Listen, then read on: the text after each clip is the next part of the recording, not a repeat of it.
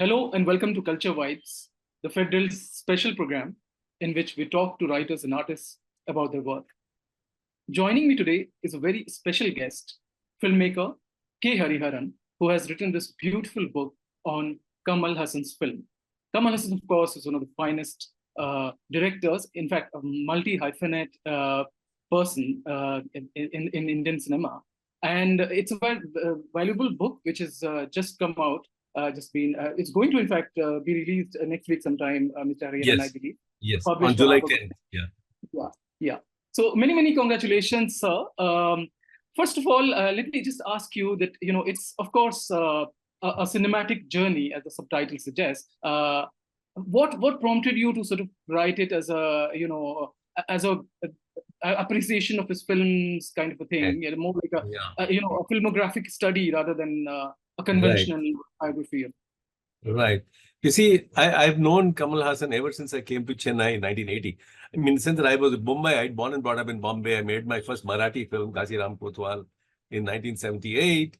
And then 80, I switched on to Tamil films and I came down to Chennai.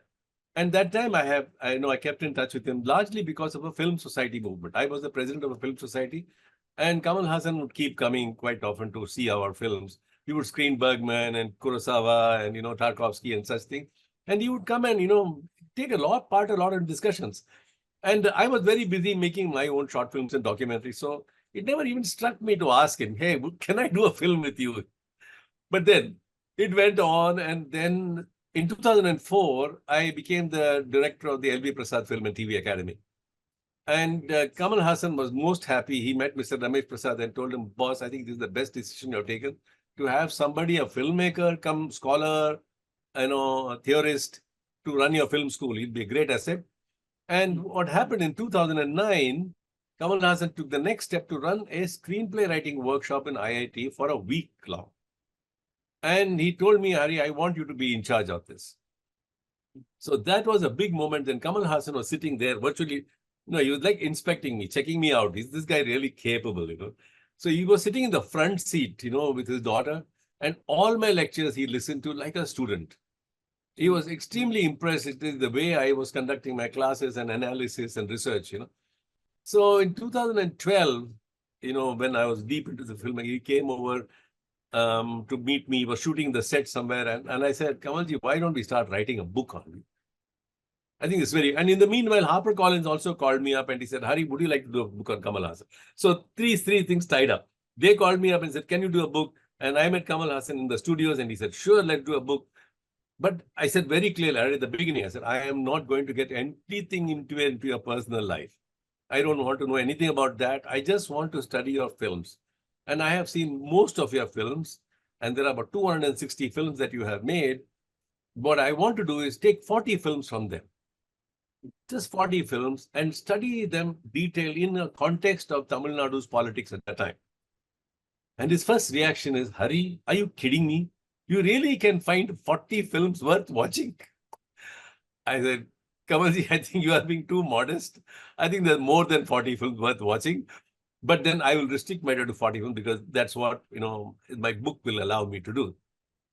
So what I did was I went into a deep contextual analysis of his films. So it is not about what is the story. And, there's also a little about the story of the film so that, I also realized that when I write a book like this, almost 90% of the audience would not have seen most of his earlier films. They would have seen probably his Vikram or, his Vishwarupam or something like that, But all his earlier films, they are in Tamil and there's no way they could have. Even a film like Ek Duje Ke Liye would be, a distant past, So I said, let me put a little bit of a story here and there, but then try to see what is important about this film in this juncture of Tamil history. Because Tamil Nadu's political history is extremely complex, extremely complicated. For example, this land which was so Dravidian, so anti-Hindi, so anti-Congress, this studio system in Madras was the biggest producer of Hindi films, Right. I mean, on a daily basis, you could see Dilip Kumar and Sunil Dutt and Sanjay Dutt. They're all hanging around these studios here, And then you would have these music directors coming in, lyricists, story writers, singers, coming to Ilayaraja to compose. And all these fellows come for special effects and, prasad processing and all that. So it is a bit of an irony that the film industry seems to be working in an island of its own, making all films in all languages, but yet saying that we are Tamil, Tamil, Tamil, Tamil, Tamil. So Kamal Haasan comes into that system and, fourth standard dropout, but extremely intelligent. He's so versatile. We would have long hours just talking about, for example, the politics of Karl Marx, or what would be the stance that somebody like Tolstoy take at a certain point of time. I mean, he had read all these works. And so I said, it's going to be a delight writing on these books because I'm going to go deep dive into these subjects. However, HarperCollins would say, Hari, don't go too deep dive because it becomes too much of an academic book. Let's play a little safe ground. And let's also have some bit of some anecdotes about also to understand the context of these films, So how did, for example, Kamal Haasan deal with a film like Ek 16 Vaidinile or Solwa Savan later on in Hindi, So his first film is Bharti Raja and Ile Raja, So I had to go, I spoke to Bharti Raja, I spoke to Ile Raja, I spoke to Bhagyaraj. I got a little understanding from them, but more from a contextual point of view.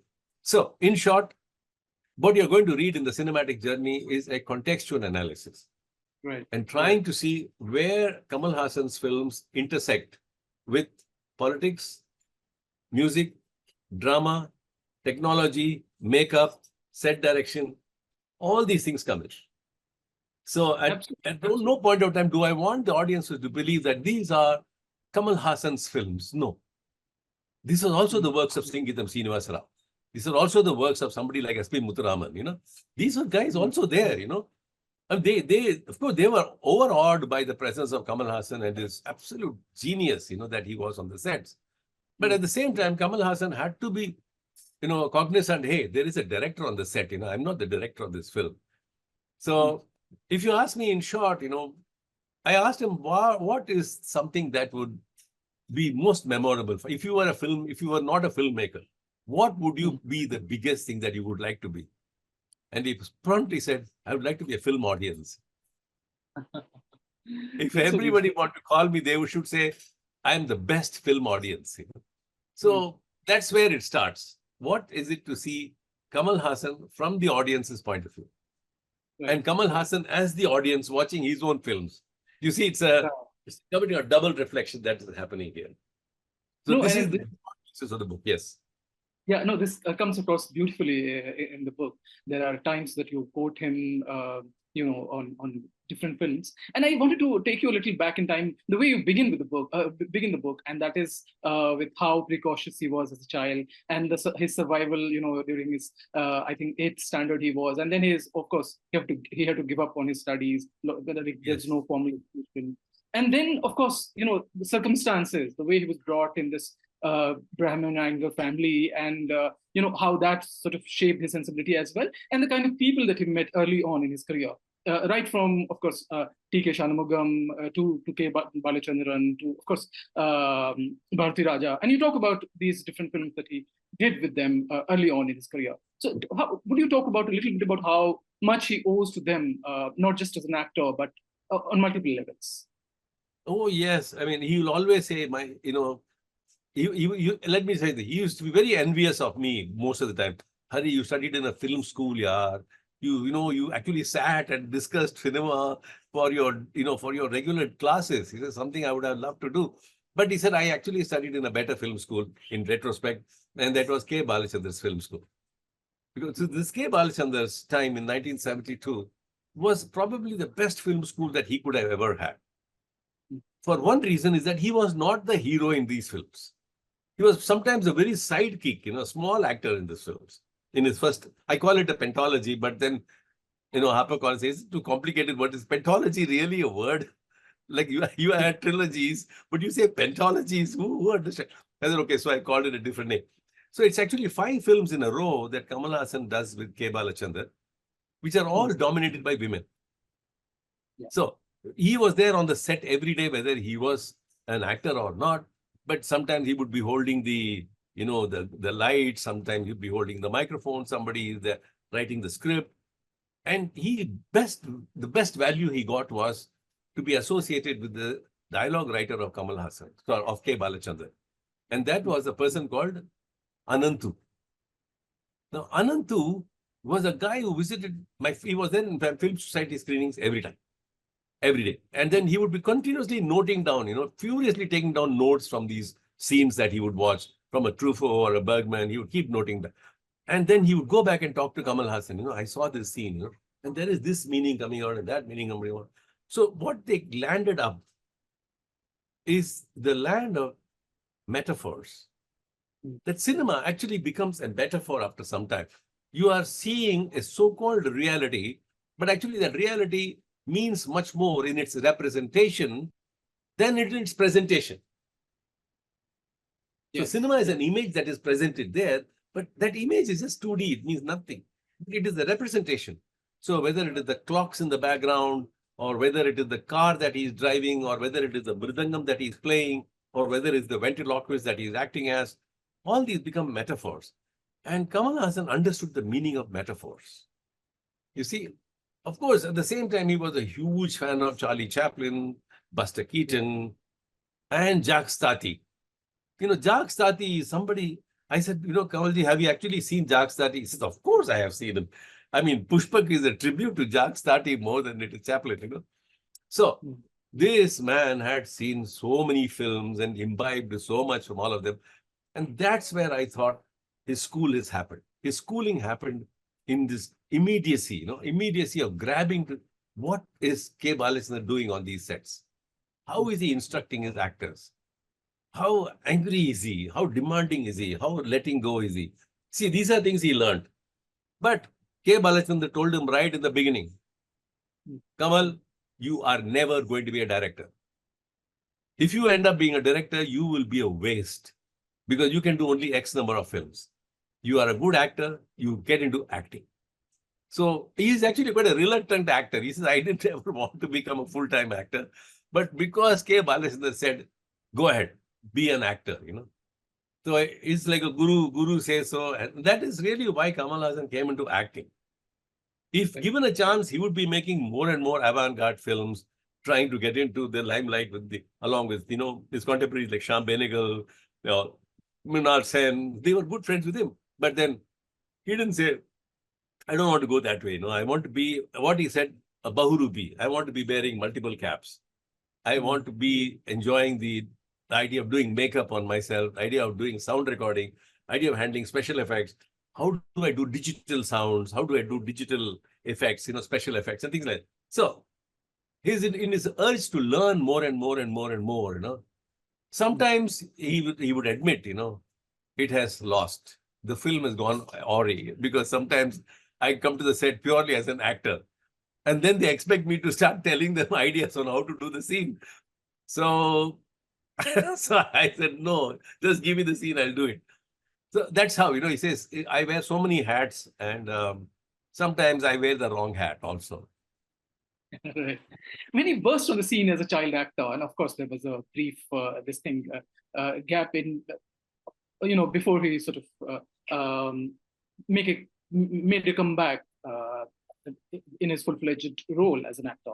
I want to understand from you that, of course, he's known for his romantic image, more like a romantic hero, but he's also somebody who has experimented with a variety of roles. He has not been shy of, taking any genre and very, very that way, taking a lot of risks on the way. You write at some point in the book that, comedy as a genre is something that his contribution has been astounding. And I wanted to understand from you, out of all his films and across genres, what would you see Kamal Haasan as an actor contributing to a particular genre, or is it something that we should look at holistically? See, there is no doubt that he agrees that, he is naturally gifted to do comic roles. He's naturally gifted. That's because he says, I learned so much from Chaplin, Buster Keaton, and Jacques Tati, and Lloyd's and the Marx Brothers and Lloyd. Because it's all about timing. What comedy is all about timing. So you are good timing with yourself and your lines and your actions, you're sure it will work. The problem, he says, is sometimes the whole film may not work. My role may work, but along with, the other co-actors, the director, the locations, it must all contribute into the larger ethos of a comic film. You see, it is in the 70s, it was not possible to be a Chaplin. Chaplin was a complete master of his circumstance, he owned his studio, he owned his crowd, he would come and, Chaplin never wrote his screenplays, he would just shoot. And at a certain time, the story is not working out. He said, okay, let's go back to shot number 4 and start the film all over again. And they would go back and reshoot the whole thing. That's a luxury he could not afford. You see, because he is only an actor, he's not a producer. And so this was a struggle. He would have loved to produce all his films, but it was not possible. And it is in the 100th film that he is doing, a film called Raja Parvai, that he decided to go producer. Honestly speaking, he felt that the film industry is completely unprofessional. They have no clue what they are doing. These guys who call themselves producers are merely financiers. They have no idea what the film, they just want his dates, a first copy, and release it. And they just want to know how many songs, how many fights, how many this. So he was said, look, I have to find a good way out of this, I have to give a lot of people employment. There will be so many assistant directors will be coming to him and say, sir, please give me a chance. If you say yes, I get into the movie. You say yes, and actresses, lyric writers, they would all have to just wait for Kamal Haasan to say, okay, let me work with this guy, and they would be all upset. So this kind of mentality, that all over the leader will say anything, sometimes was very difficult for him. He wanted organized ways of production, where there is a producer who's taking care of the logistics of the filmmaking and everything. Now, that was very difficult. Until today, it is difficult, by the way. Kamal Haasan says it's really a very tough industry to work with inside.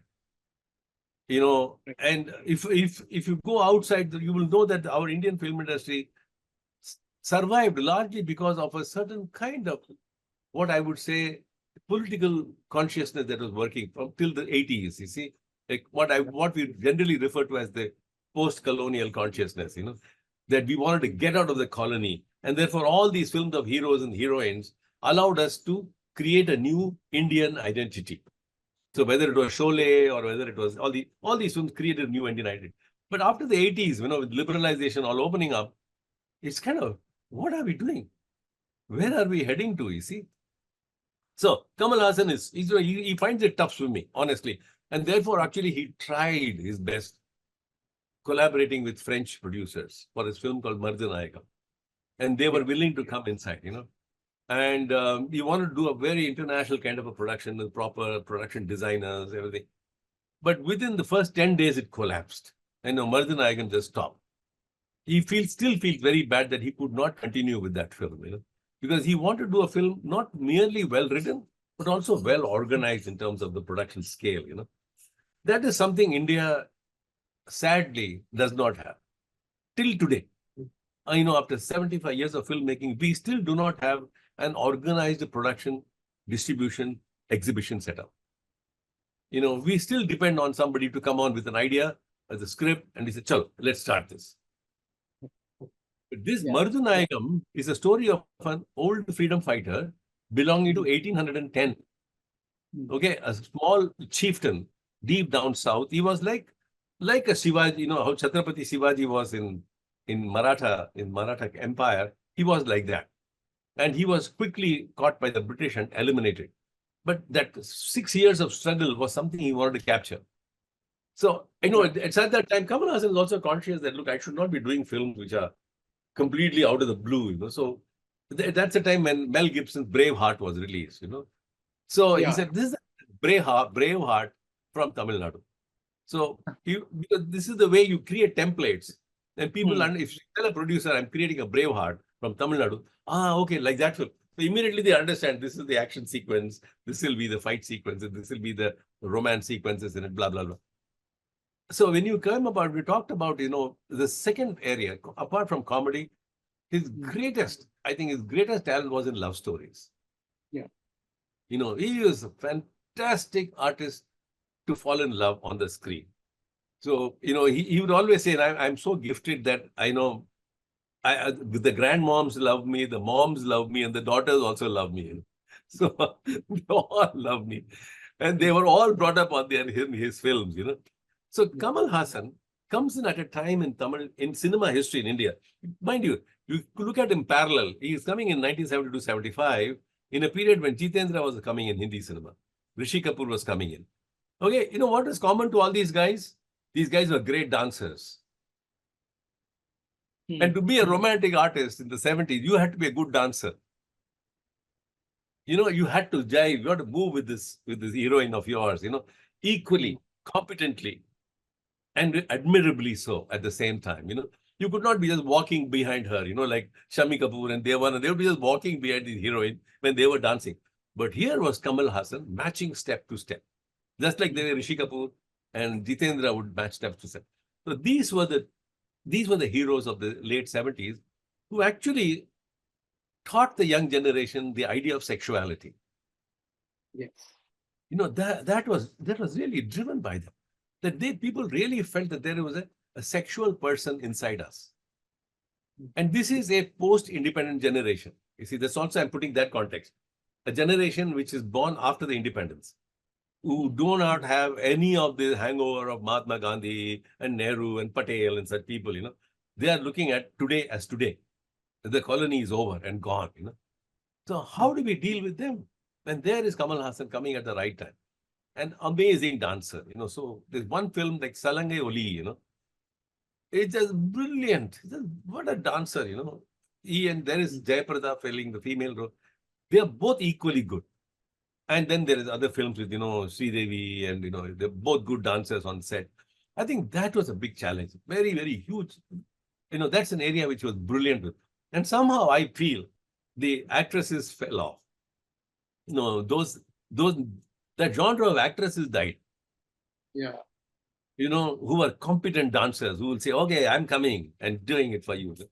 They cannot decide. Sridevi was one of them, I think. No, the last of them, and then they're gone.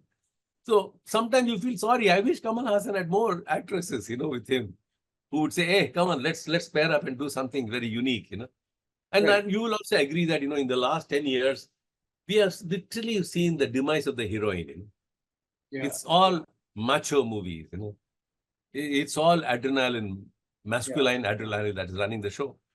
And therefore, you see, in a way, Vikram is part of that. Yeah.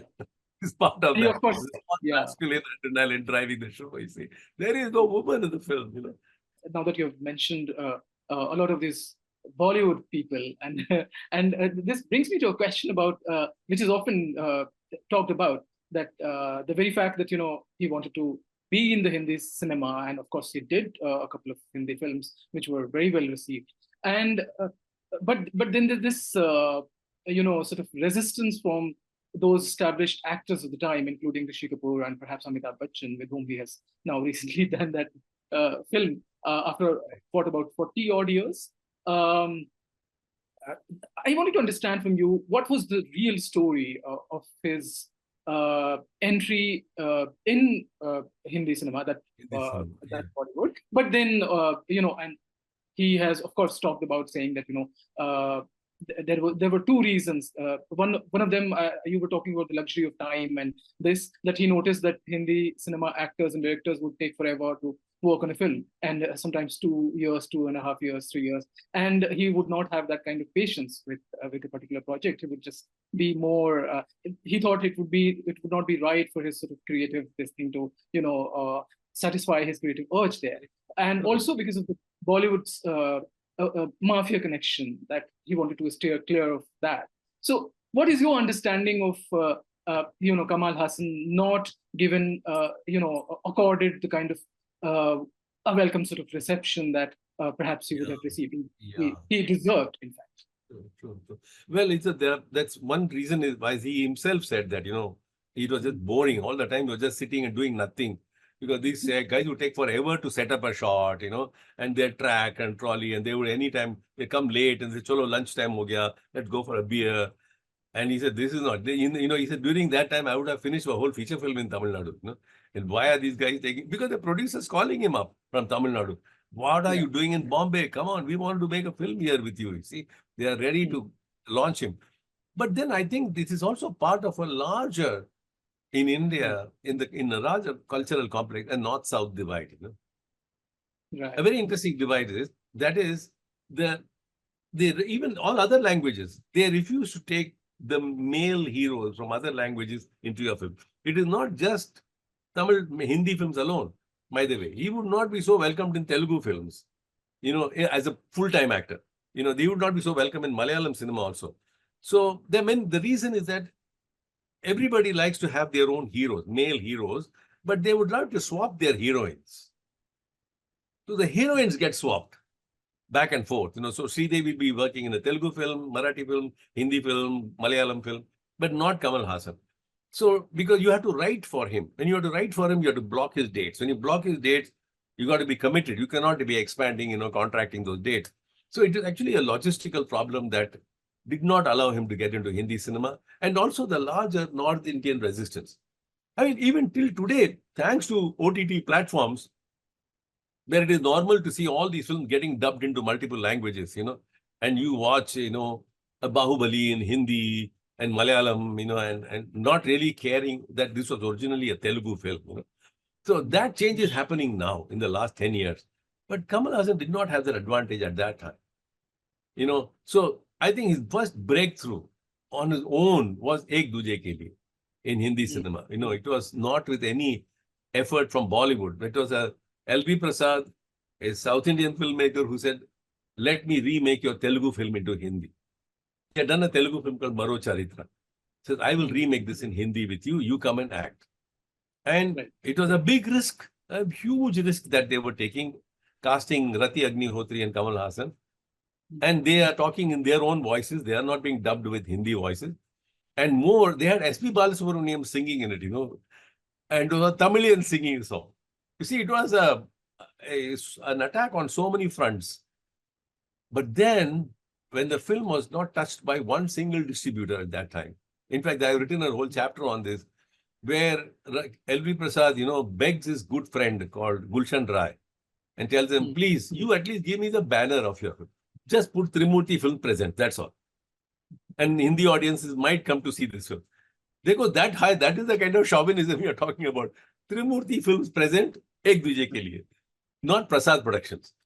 And then it was released in one theater called Roxy, and L.V. Prasad sat in all those screenings. Every screening, till Saturday and Sunday afternoon. And he realized that he was sitting on a jackpot. The audiences did not come out and walk out of the theater. They all coming out in tears, and they really felt for these two actors. And then he released it all over India. But then you see, L.V. Prasad could not repeat this again. Yeah. His other 3 more films he did in Hindi were all disasters. So I would say that Ek Duje Ke Liye responded to a certain time zone in Indian cinema, quite like the way Roja was, Yeah. It is a particular time zone that Roja, a Tamil film, becomes a hit in Hindi, dubbed in Hindi. So, I mean, I'm talking of super hits, like Ek Duje Ke Liye, the next was Roja, So I don't see that it like, they say, one swallow doesn't make a spring, one bird cannot make a spring. It was like an offstart that happened. But Kamal Haasan, I remember that in the long run, he was happy that he quit Hindi cinema. That, he didn't, thank God I didn't like. He would have rather got himself attached to Hollywood cinema, working in Hollywood. He's a good friend of Richard Gere, Martin Scorsese, or, even Coppola, he has met with them. And, if he had time, he would have quit everything and worked in Hollywood and done something. He might have acted with Meryl Streep or Kate Blanchett or somebody like that. But then things turned out differently. Just one question about selection of movies. What was your thought process? I mean, you talk about a whole host of movies, including this trilogy of Deshavatharam, Vishwarupam, and then Uttama Villain. And you write that how they became the sort of fertile soil to sow the seeds of of an upcoming revolution, and also Kamal Haasan as a politician in some way. Could you talk a little bit about how Jayalalitha, for instance, what happened with in the case of Vishwarupam, did Jayalalitha see him as a threat, as a political threat, and also what sort of led him to start his own political party. When Yeah. he decided to make a political film about, what could be Nathuram Godse, what happened if he played Nathuram Godse as Saket Ram, so what it means to be a Hindu of that period. So I think he was already toying with this idea of what is this Hindu-Muslim problem, and therefore Shah Rukh Khan plays the Muslim person and his best friends, and how do they become the worst of enemies and how they reconcile again. So I think Hariharan started this. And then slowly comes, films like Virmandi, which is about a caste system and deeply. So he was, what I'm seeing now is the giving up of the character who's personally motivated, but socially motivated. You see, he is standing for social causes. He's not standing for, I was hurt, my sister was beaten, my mother was raped. No, what are you doing here? How can you do this to society? So you see, so the thing changes. And by the time he started with Hariharan, and then he comes into these films, and by the time he launches Vishwarupam, where he's actually playing a Muslim decoy, he's playing a Muslim character in infiltrating into Al-Qaeda. And then the reason then it became a kind of a, everybody knew that this film was going to be a bombshell, Vishwarupam. And Jayalalitha was really wanting to know what is he going to do with this film. And there were certain things that happened behind the scenes about television rights and film rights and things like that. And distributors were not willing to touch the film at that kind of prices. And Jayalalitha decided to put the spokes on it and said, I am not going to allow the films until I get a clear written letter from the Muslim Brotherhood of Chennai saying that they are okay with this film. Now, this is a ridiculous. What Muslim Brotherhood, coming to okay his film? The censor board is okay his film. But then she somehow saw to it that she sent a kind of restraining letter to all the collectors in Tamil Nadu, saying that if there is a law and order problem after the screening of this film, then you guys are responsible. She didn't ban the film. Very clever. So she put a restraining order. Now, which collector would want to take a risk in? So they said, don't screen the film. So the film was stopped.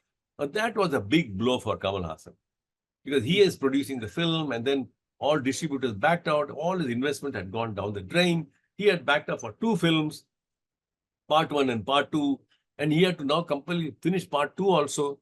And he really, that anger, and we were in continuous talking to when you said, no, I should not get into politics. I should be a critic from the outside.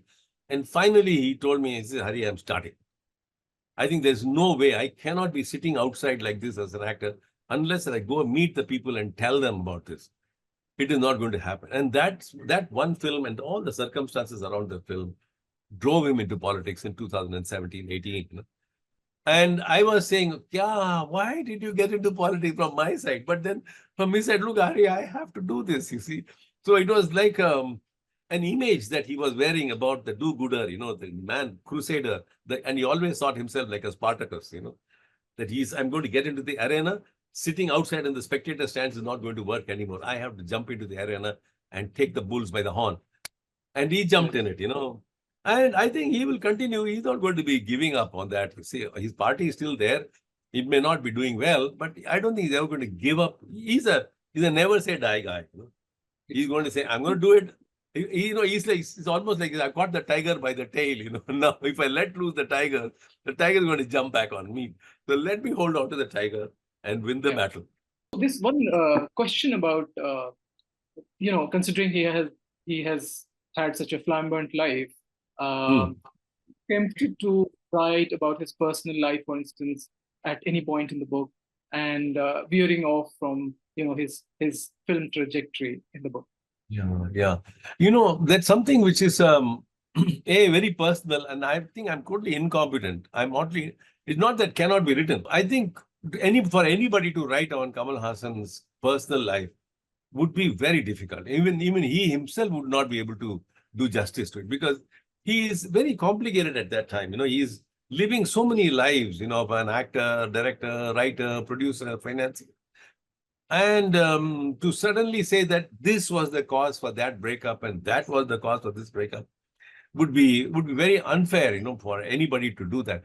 So we kind of right in the beginning, we decided, we don't want to get into that. Although many audience readers might want to know why you broke up with that person, why you broke up with this person, you know. And that's his life. And if anybody has a right to write about it, it will be himself, you know. Only he will have the right to do it one day. But do you see him writing his memoir anytime soon? I am sure. I am 100% sure he'll do that. There is no doubt. Because he is so clear, you know, in his way things shape up, you see. And I'm sure one day he will sit back and write about it, you know. And it is very, very big journey that he has taken into problems at home, problems with outside, problems with politics, problems with other people, supporters, non-supporters. So, but the good thing about him that he always, I'll tell you one, I'll end up with this. I asked him, what is the secret of your acting? How do you do this every film to film to film to film? How do you shape your characters? Do you study it very deeply? He said, look, I wish I had time to study all my characters in that kind of a depth. You know, I wish I had tons of rehearsals with my co-actors. No, I don't have that luxury at all in India, especially. So he says, I have a simple idea, simple solution to this. So he said, there are 3 Kamal Hassans at all times on sets.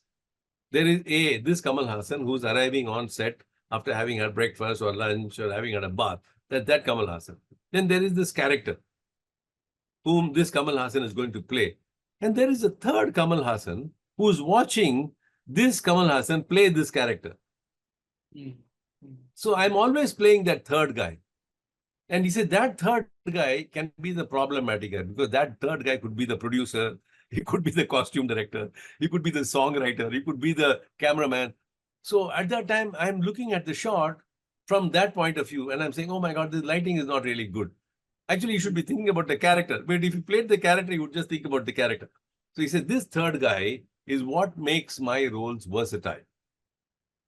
Because this third guy, this third fall guy, you know, he tells, hey, we can do this problem like this. We can sort this out like this. Say, for example, if you see a film like Appu Raja, you know, Aburo Sahodar, there is one scene in which this dwarf has to jump out of a jeep.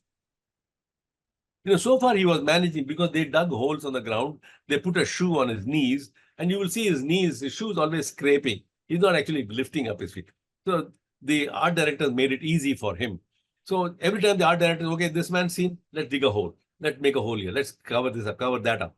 But now when he's going to get out of a jeep, what do? You can't dig a hole. So he said, don't worry, I will do it. And everybody said, how? How are you going to do this shot? You know, so we'll tie up my legs.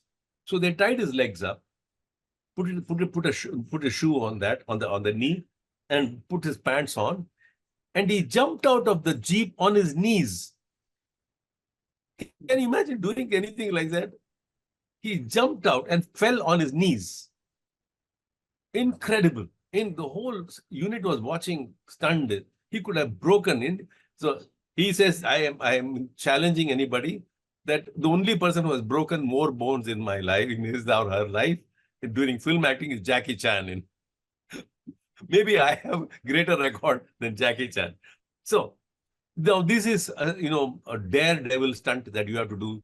You know, how many times he has actually gone into a moving car. He has flung himself onto a moving car, toppled and fallen on the other side. So he is that person. He said, what does the third guy tell me?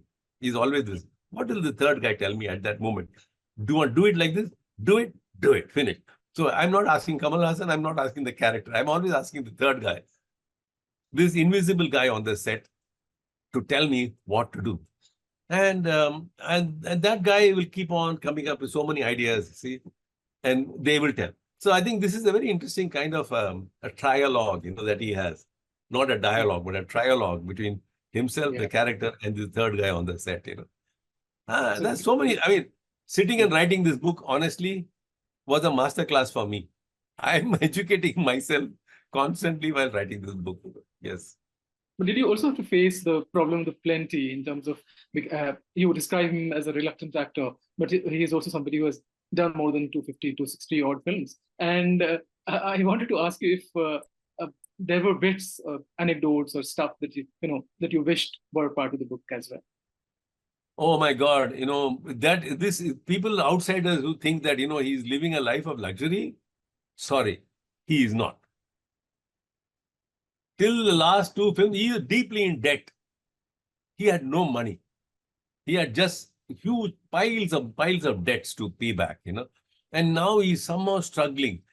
So, he also looks at it in the context of the larger Indian film industry, which you must know that in the context of Indian cinema and the world cinema, we are the poorest cinema in the world. We make so many films with so many cinema theaters, so many tickets being sold, yet we are the poorest cinema in the world.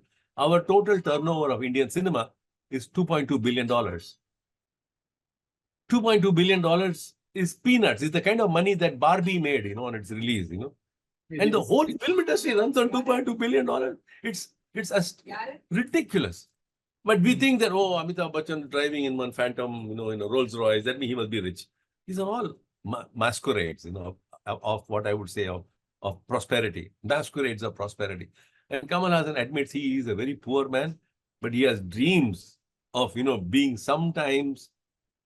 being luxury. He really doesn't live a life of luxury. Honestly, I'm telling you. But the point is, the people outside think that, this guy he's got a Mercedes car. He must. A Mercedes car. Anybody and everybody in Bombay has got a Mercedes car. In India, there are 175 billionaires in dollars. Matlab, 175 people who are worth more than 8,500 crores of rupees. And what are we talking about the Indian film industry? 100 crores. It has crossed. We celebrate a film that's crossed 100 crores. Right. Just think, what will Mukesh Ambani be thinking on that time? 100 crore?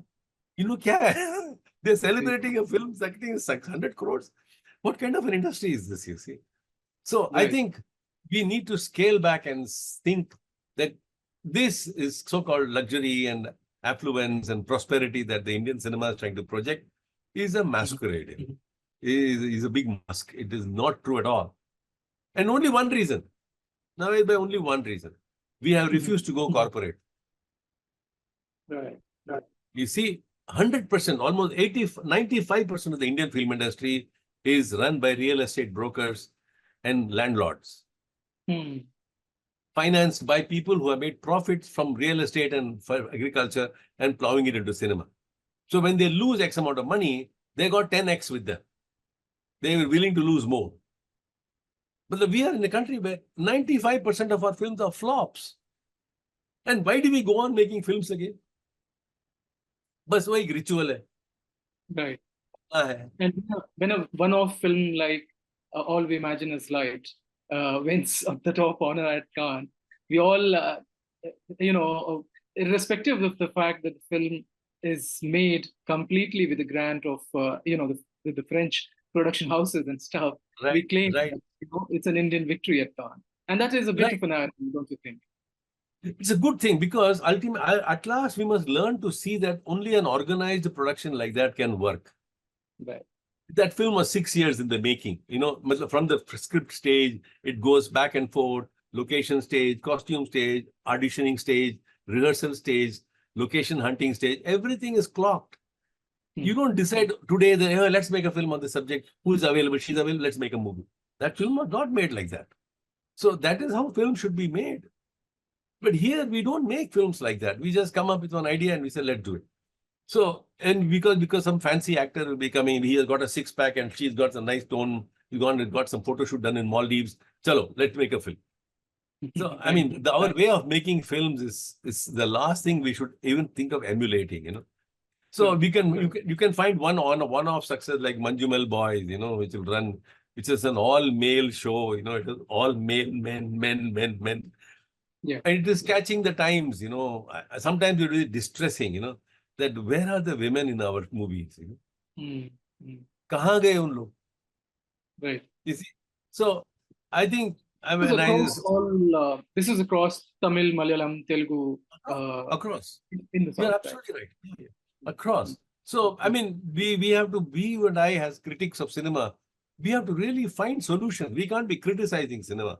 We have to find, through an active dialogue, say, where should we, say, for example, amidst all this, we saw an amazing film like Lapata Ladies, Right. And wow. Kya bana in log hai. It's very beautiful written screenplay, perfect timing, perfect casting.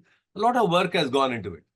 See, it's a very organized production. You can make out in the film that this is a very organized production. It is not something a fire by night operation. It's very well done. So I think when you see one or two films like that, you feel, chalo, maybe there is hope. A 12th fail. There's hope. Let's see. Yes. I never give up hope about an Indian cinema. It's just that I wish we became a little more organized in terms of an industry.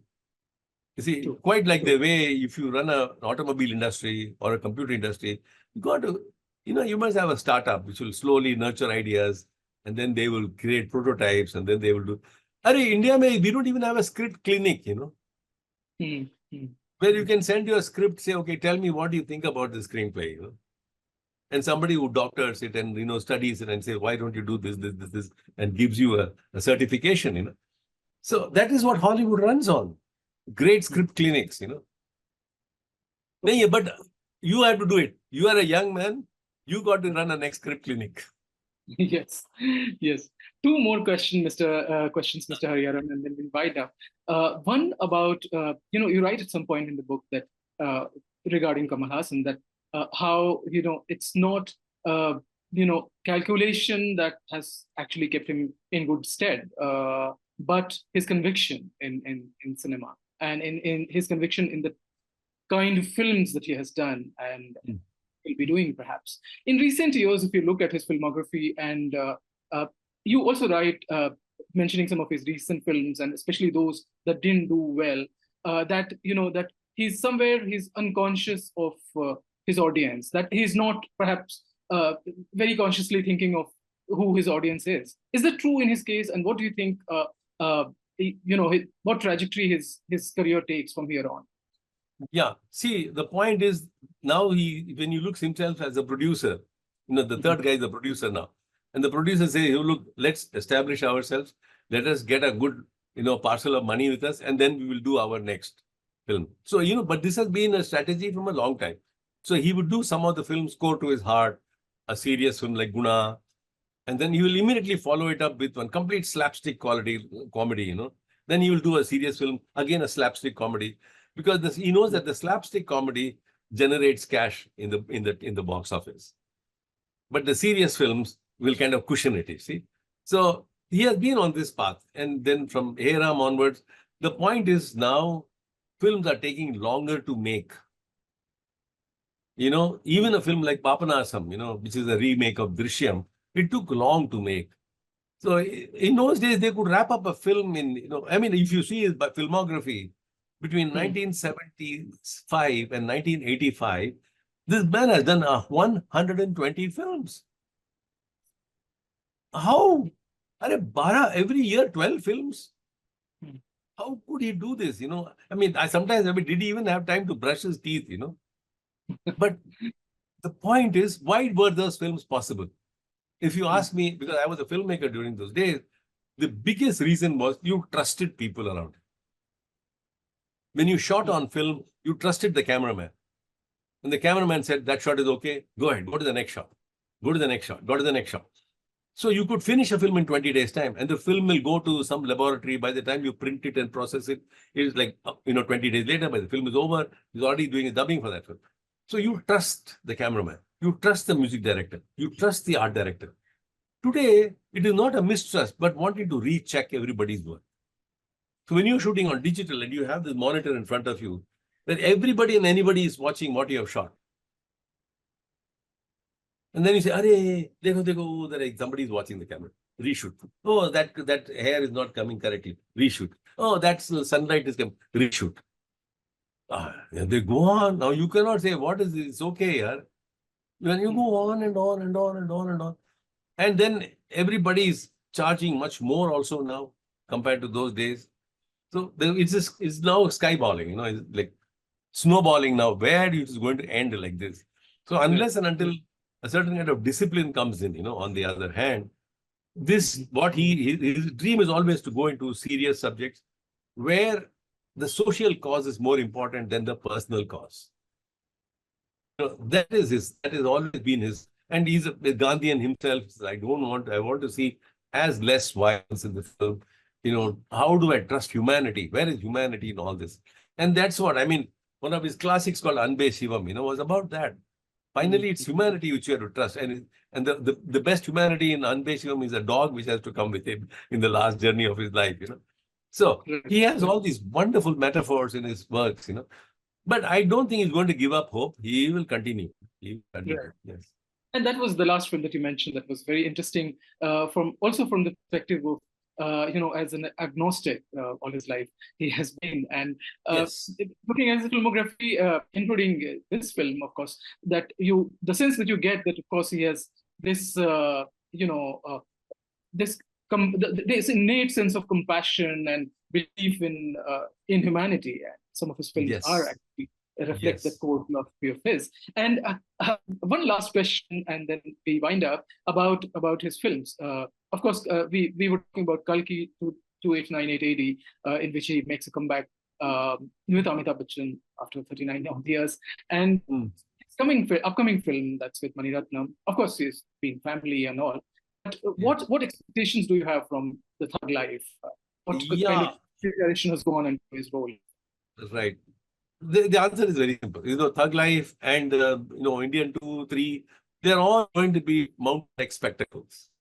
So they are not in that sense going to be personal cinemas like Anbe Shivam.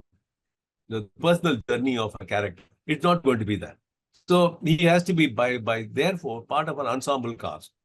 They're not one. So if Kalki is part of an ensemble cast, in Indian is part of another ensemble. So these ensemble casts seem to be working because everybody says maybe a Telugu actor will bring in the box office. Maybe a Malayalam actor will bring the box office. So at the moment, I see this in the larger sense, a transition in Indian cinema, where good thing that all these actors are locking together. A Malayali actor, a Hindi actor, a Tamil actor.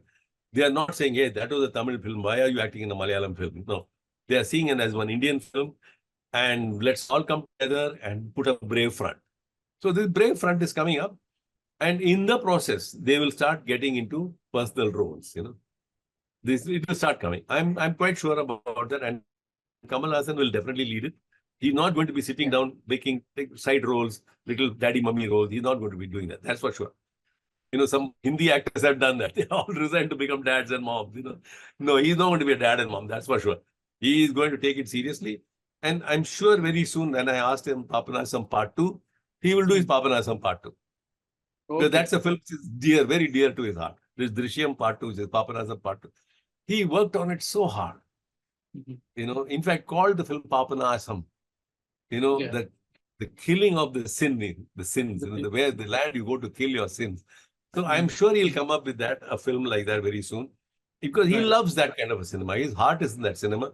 But at the moment, his purse also has to be in some kind of a condition to afford that kind of cinema. A lot of philosophical underpinnings in them, isn't it? Oh, yes. He is a very strong humanist, very good conviction on Buddhism. He understands Buddhism very well. Therefore, if you see Anbe Shivam, it's almost like a Buddhist film, But a guy who has no identity, who is my identity? Who am I? It's very interesting. And therefore, he changes into this glass. He wears spectacles in the film, which has got such thick glasses, And I'll give you a small aside here, that when they said you have to wear very thick glasses after, he said, how am I going to see now if I put these glasses on, So what he did, now tell me what would he have done? Because he's wearing real thick glasses. So what he did was, he made 2 contact lenses, which would reverse this glass. Oh, okay. That's very ingenious. What interesting. So he put on 2 contact lenses inside and reversed this. If you took this out, it's equally problematic. So he put this on, everything was clear. So he had contact lenses inside. Now this is all his innovation. This is Kamal Haasan. But he's been known for, like, in his previous films also, he's been known for somebody who actually goes an extra mile to, as far as makeup or prosthetics or, these things are concerned. Complete change of, from his real persona to the cinematic, what the role demands, basically. So, very true. Yeah. He's a great masquerade artist, That's a beautiful way to put it. And on that note, Mr. Hariharan, thank you so much for this very, very enlightening conversation. My pleasure. Thank you so much. It was great. My pleasure. Thank you so much. Yeah.